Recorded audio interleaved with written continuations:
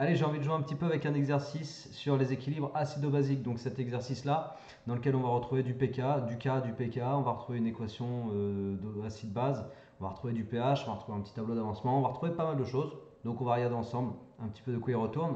Et puis c'est parti, on le fait tout de suite. Essaye de faire l'exercice par toi-même, évidemment, comme d'habitude, hein, tu sais bien ce que je dis. Comme ça, si tu le fais par toi-même, tu te corriges avec ma correction et tu peux voir si tu es le meilleur ou pas, quoi. Ok? Allez, let's go! Constante d'acidité, donc ça va tourner autour du K, la constante d'acidité d'un couple acide-base. On prépare une solution d'hydrogénosulfate de sodium Na+, plus HSO4- aqueux de concentration 1,10-2 mol par litre. Écrire l'équation de dissolution de l'hydrogénosulfate de sodium dans l'eau. Équation de dissolution, facile. Donc hydrogénosulfate, on reprend juste les composés Na+, et HSO4-, sauf qu'on les met sous forme de soluté solide, quoi. Voilà, NaHSO4 dans l'eau. Quand je le mets dans l'eau, ça va donner quoi? Ça va donner Na+, plus HSO4-. Voilà, point. Et là, tu as la dissolution. J'ai presque envie de dire que cette question 1 ne sert à rien, en fait. Si, à la limite, puisqu'on te donne la concentration en soluté apportée, en fait, c'est concentration en soluté apportée,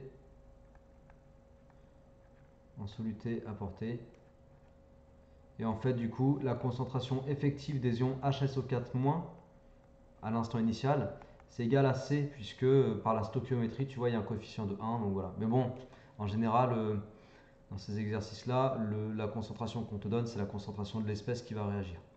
Bref, question 2, on va rentrer dans le vif du sujet des réactions acide-base. Écrire l'équation de la réaction acide-base de l'ion hydrogénosulfate avec l'eau. L'ion hydrogénosulfate, c'est lui, donc c'est un acide, puisqu'il va réagir avec l'eau. C'est-à-dire que l'eau va se comporter comme une base. Donc c'est un acide dans quel couple? Eh bien c'est un acide dans le couple HSO4-, SO4, 2-, tu vois. Voilà, donc acide, base. J'écris les deux demi-équations et puis après l'équation de réaction, donc HSO4-, donc SO4 donne SO4, 2- plus H+, et ensuite H2O en tant que base, elle va capter le H+, pour former H3O+. Et on retrouve l'équation bilan, que tu connais en général, mais que tu écris bien souvent de façon directe. En général, c'est ce que je vois en ce moment, surtout avec les élèves, que vous écrivez souvent directement l'équation bilan sans passer par les demi-équations. Moi, j'aime bien passer par les demi-équations, ça permet de mieux savoir ce qu'on fait. Voilà. Après, on met les états de la matière, aqueux, liquide, aqueux et aqueux. T'as vu, j'ai mis une double flèche parce qu'on a un équilibre. Comment je sais que j'ai un équilibre acide-base? Parce qu'on me parle de constante d'acidité, donc on va parler d'un équilibre. Hein. La constante d'acidité, c'est un quotient de réaction à l'équilibre, donc on a un équilibre, donc la réaction est limitée. Justement, exprimer la constante d'acidité du couple acide-base, donc du couple acide-base de cet exercice. La constante d'acidité pour la question 3, c'est un quotient de réaction à l'équilibre. Voilà. Donc quotient de réaction, c'est quoi? C'est le chapitre évolution spontanée d'un système chimique. Dans ce chapitre évolution spontanée d'un système chimique, on parle des quotients de réaction à différents états et notamment quotient de réaction à l'équilibre. Quand on parle d'une réaction acido-basique, le quotient de réaction à l'équilibre, on l'appelle constante d'acidité. Mais c'est la même chose, ok? C'est vraiment la même chose. On l'appelle constante d'acidité, on le note Ka. Voilà, c'est une autre notation. Donc en fait, le quotient de réaction à l'équilibre pour notre équation acide-base, notre réaction acide-base, c'est en fait le Ka du couple considéré. Et donc c'est égal à quoi? Concentration des produits divisé par C0 sur concentration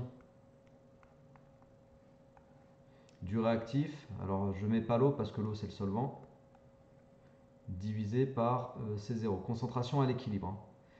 On peut préciser aussi que tous ces rapports-là, ils sont à la puissance 1 puisqu'il faut prendre en compte la stoichiométrie. Bon, en fait, là, il y a beaucoup de blabla qui sert à rien. Après, on va virer les puissances 1, on va virer les C0 qui valent tous 1. On m'a encore posé la question récemment, ouais, mais pourquoi on met C0? À quoi il sert en fait? C'est quoi ce truc-là? En fait, C0, il est juste là pour pouvoir garantir d'avoir un quotient de réaction sans unité. Ok, il ne sert à rien d'autre que ça. Il sert juste à faire en sorte qu'il n'y a pas d'unité. Effectivement, là, tu as mol par litre sur mol par litre sans unité. Peu importe la puissance. Mol par litre sur mol par litre sans unité. Mol par litre sur mol par litre sans unité. Du coup, le quotient global est sans unité. Du coup, la constante d'acidité ou le quotient de réaction, c'est sans unité. Donc le C0, il sert à faire sauter les unités. Il vaut 1, ce qui fait qu'au niveau calcul numérique, ça ne change rien au résultat de mettre ou de ne pas mettre C0. Ok, on va réécrire la constante d'acidité en prenant en compte que C0 ne nous sert pas du point de vue numérique. On va réécrire la constante d'acidité sans les C0 en fait.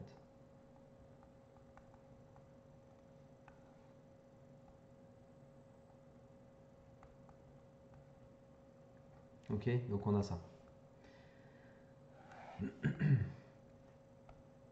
Le pH de cette solution est égal à 2,2. En déduire les valeurs des concentrations de toutes les espèces chimiques présentes en solution et calculer la constante d'acidité. Et enfin, en déduire le pKa. Donc là, en fait, on te dit le pH vaut 2,2. Ça, c'est une information sur l'équilibre. Ok, c'est le pH une fois que la réaction a eu lieu. Et c'est très important à comprendre ça. Donc question 4. On sait que pH égale 2,2. Donc, je vais pouvoir connaître la concentration de H3O+, à l'équilibre, et ce sera égal à 10 moins pH. Ok, voilà. Voilà en fait la traduction très importante de l'énoncé quand on dit pH vaut 2,2. Du coup, ça nous donne le H3+ à l'équilibre. Si c'était un pH avant réaction, on te l'aurait indiqué dans l'énoncé. J'ai déjà vu aussi des énoncés où on t'indique le pH avant la réaction vaut tant.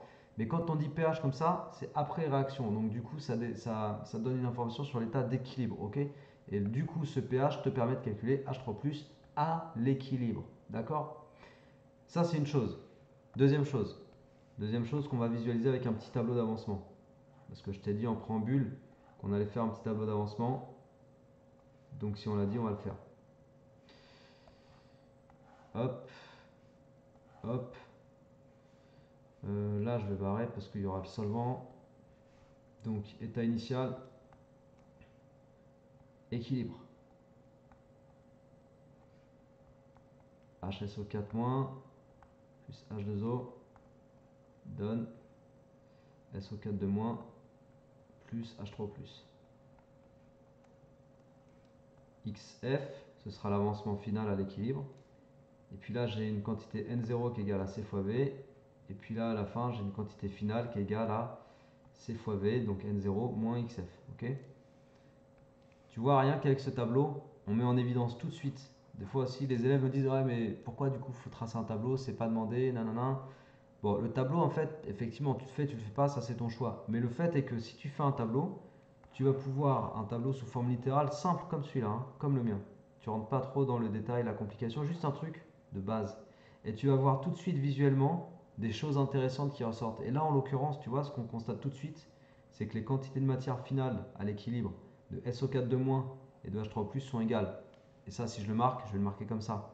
D'après le tableau, enfin d'après la réaction, du coup, la quantité de matière à l'équilibre de SO4- elle est égale à la quantité de matière à l'équilibre de H3O+, et les deux sont égales à XF. Ok, si je divise tout par V, ça me fait quantité de matière à l'équilibre de SO4- sur V égale quantité de matière à l'équilibre de H3O+ sur V égale XF sur V. Et c'est quoi une quantité de matière divisée par un volume? V, c'est le volume de solution, hein, bien sûr. C'est quoi une quantité de matière divisée par un volume? Bah, c'est juste une concentration. Et voilà. Et donc, tu as l'égalité des concentrations. C'est cool, non? À savoir qu'on a dit que ça, c'était égal à 10 moins pH. C'est cool, non? Du coup, qu'est-ce que je vais déduire? Bah, je vais déduire que la concentration de SO4- à l'équilibre, c'est aussi 10 moins pH, puisque c'est égal à la concentration de H3O+ à l'équilibre. D'accord? Donc ça, c'est une chose importante. Et on peut calculer du coup 10 puissance... on va le calculer là. 10 puissance moins 9,2, ma calculette. viens par là. Tac. 10 puissance moins 2,2. 6,3 10 moins 3. Environ. 6,3 10 moins 3. Banane. Non, mol par litre. N'oublie pas les unités. Je le répète tout le temps, ça aussi à mes élèves. D'ailleurs, si tu veux faire partie de mes élèves, n'hésite pas à aller voir sur mon site tout ce que je te propose. Tu sais que j'en parle souvent de ça. Non, sans blague, sur le site, en fait, sur mon site, tu as des vidéos d'exo-bilan corrigé, tu sais, en physique-chimie. Et c'est vraiment un bon complément. Je ne les mets pas sur YouTube parce que c'est plus de boulot. C'est à chaque fois des gros exos synthèses. Ça me met un temps fou à faire. Donc ça, forcément, je ne peux pas te le donner à dispo, quoi. Mais ça coûte que dalle. Et puis franchement, ça te permet d'avoir on va dire, comment on appelle ça, une base de données avec plein d'exercices corrigés qui vont pouvoir t'entraîner pour tes contrôles. Si tu vas aller voir, tu regardes sur mon site internet, tu as le lien descriptif. Tu as aussi des infos sur mon parcours, des témoignages d'anciens élèves, des fiches synthèse, des vidéos synthèse. Bref, il y a de quoi faire. Du coup, en fait, on va donner la dernière chose importante avec le tableau. L'information, c'est sur la quantité de matière à l'équilibre du réactif HSO4-. On a dit que c'était égal à CV moins XF. La quantité de matière à l'équilibre de HSO4-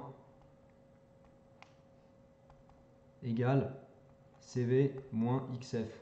Donc, je vais diviser par V. Donc ici, je vais diviser par V, encore une fois, comme j'ai fait au-dessus, le volume de solution. Je vais obtenir N équilibre, quantité de matière à l'équilibre du réactif HSO4- sur V égale C fois V sur V moins XF sur V du coup. Bon là, forcément, tu simplifies par le volume. Ça, c'est quoi? La quantité de matière de HSO4- divisé par le volume, bah, c'est la concentration. Ok, donc concentration de HSO4- à l'équilibre égale C, puisque j'ai simplifié par V, donc il me reste C moins XF sur V. Et c'est quoi XF sur V? J'ai pas besoin de calculer XF, hein, pas nécessaire. En fait, ça, on a dit déjà juste au-dessus que c'était H3O+ à l'équilibre. Je te le remontre, c'est écrit juste au-dessus. On le voit là. H3O+ à l'équilibre, c'est XF sur V. Du coup, c'est 10 moins pH. Tu vois, forcément. Puisque XF sur V, c'est égal à 10 moins pH. Voilà. Et ben, du coup, voilà, c'est bon. On va juste remplacer HSO4-, ça fait C moins 10 moins pH. Et si on fait le calcul, donc on reprend l'énoncé, C c'était 1 10 moins 2, non? Je ne sais plus. Là, oui, 1 10 moins 2. 1 10 moins 2 moins 10 puissance moins 2,2. On fait le calcul. On l'écrit 1 10 moins 2 moins 10 puissance moins 2,2.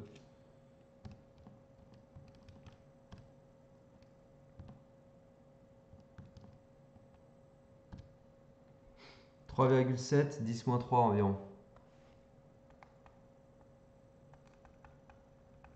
Mol par litre.